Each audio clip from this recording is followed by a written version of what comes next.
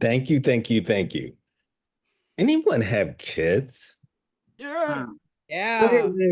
I have two kids in private school, and it's crazy expensive. Mhm. My children's school is like a pimp. They take all my money. Listen, I get paid at the end of the month from my job, but before my paycheck can even hit my bank account, here comes these threatening emails from my kids' school's principal about how I better pay them my kids' tuition. First, there's the email from the principal that my children's tuition is due. Then comes the email from the principal that if I don't pay them by the first, there's a late fee of $200.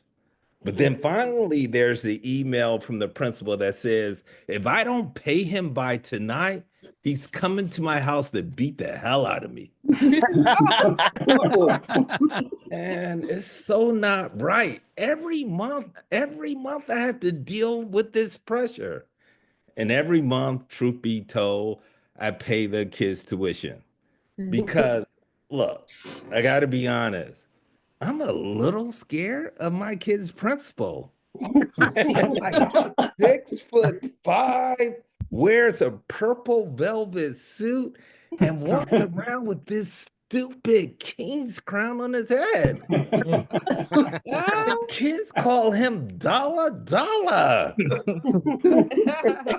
Come on. Before he was a principal, I swear he must have been a pimp. What pimp dresses like that and walks around with a stupid crown on his head? Yo, he ain't no principal. He's a pimpsable. He's so intimidating. He's always putting threatening notes in my kids' book bags like, yo, you better have my money. Isn't that principal harassment? I swear, one time I was at my children's recital, and it was a crowded gymnasium, and I accidentally tripped over Mr. Principal. His crown fell off, and one of those crazy rhinestones fell on the floor. He hovered over me, and he was like, "Excuse you, Trick." What? Why are you calling me a trick? He said, well, you a trick to me. So listen, that's why I ain't never got no money. But blame Mr. Principal. But he ain't the only one who's taking all my money. My kids, they be on in on the action too. Wherever we go, they are. If we go to the grocery store, they're like, Dad, please get me this, get me this. If we go to the mall, they're like, Dad, please give me those shoes. You never give me anything. Please, please, please. And listen, my kids have expensive taste too. Last week, we went out to dinner, and when we sat down, I did what any dad would do. I gave them one of those kid paper menus, the ones I'm talking about with the tic-tac-toe on it and the games and the kids menu with $5 mac and cheese, $5 pancakes and all. And they looked at me and they looked at that menu, they were like, and rolled their eyes. They said, I don't want that. Do you know those rascals? They called the waiter and said, bring me the adult menu. They ended up ordering ordering steak and lobster, and each of them cost $75 each. I can't afford that. Man, when they did that, you know what I did? I just ordered from the $5 kids menu, $5 mac and cheese, and called it a day.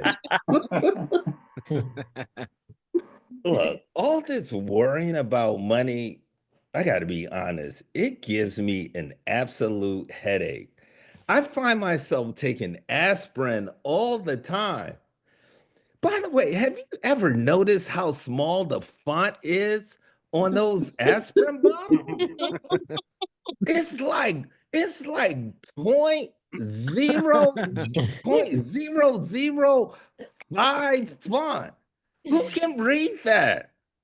And these aspirin companies have the nerve to write paragraphs and paragraphs and paragraphs on the label. No one can read that. Even Superman, who has X-ray 20 vision, he's like, I can't read that. Listen, if I were over an aspirin company, if I were the CEO of Johnson and Johnson in charge of printing the labels on the bottles, I would keep it real simple.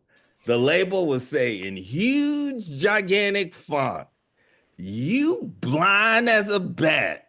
Take one pill every 4 hours." That's it. That's all you really need to know. How many pills you need to take and how often. So that's my set tonight, guys. Thank you. Kelvin Dickerson, ladies and gentlemen.